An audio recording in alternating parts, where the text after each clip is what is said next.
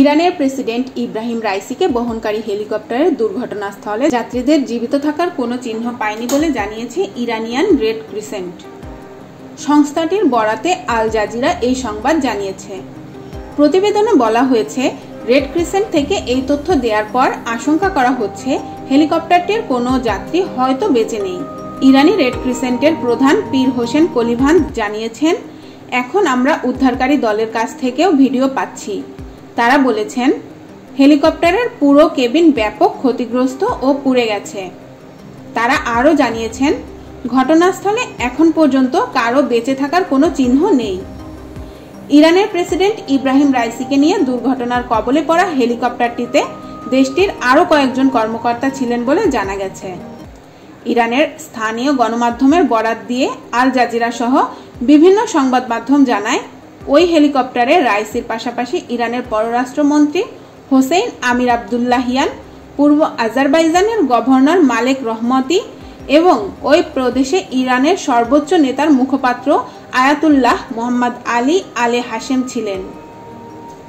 ইরানের বার্তা সংস্থা তাসনিম জানিয়েছে, হেলিকপ্টারটি দুর্ঘটনার কবলে পড়ার খবর পাওয়া যায় সেখান থেকে আসা একটি জরুরি ফোন কলে।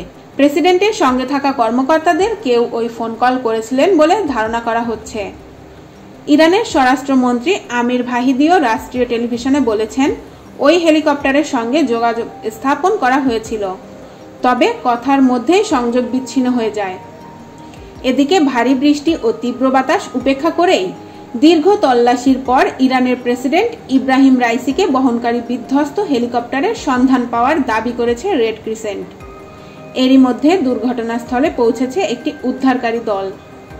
তবে প্রেসিডেন্ট ও তার সঙ্গীদের ভাগ্যে কি ঘটেছে সে সম্পর্কে কিছুই জানানো হয়নি।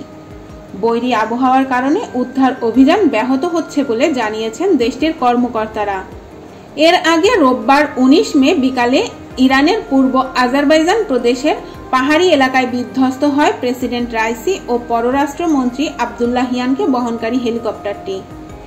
আজারবাইজান সীমান্তবর্তী এলাকায় একটি বাঁধ উদ্বোধন করে ফিরছিলেন রাইসি। এদিকে বিধ্বস্তের খবর প্রকাশের পরপরই কান্নার রোল পড়ে যায় ইরান জুড়ে। মসজিদ থেকে শুরু করে রাস্তা, সব জায়গায় বিশেষ দোয়া করা হয়।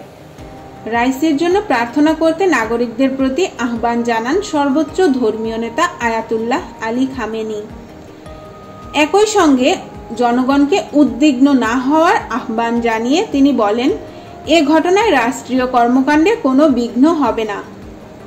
তিনি বলেন, তোমরা যারা এখানে উপস্থিত আছো, এমনকি যারা আমার এই কথা পরে শুনতে পাবে, সবাই নিশ্চিত থাকো যে এই ঘটনা রাষ্ট্রীয় কাজে কোনো প্রভাব ফেলবে না। খবরটি শোনা গেছে তখন থেকেই সবাই অনেক পরিশ্রম করছে, সব ধরনের ব্যবস্থা গ্রহণ করা হয়েছে। রাইসিকে বহনকারী হেলিকপ্টারটির উদ্ধার কাজে সহযোগিতার ইচ্ছার কথা জানিয়েছে মধ্যপ্রাচ্য সহ বিশ্বের বিভিন্ন দেশ।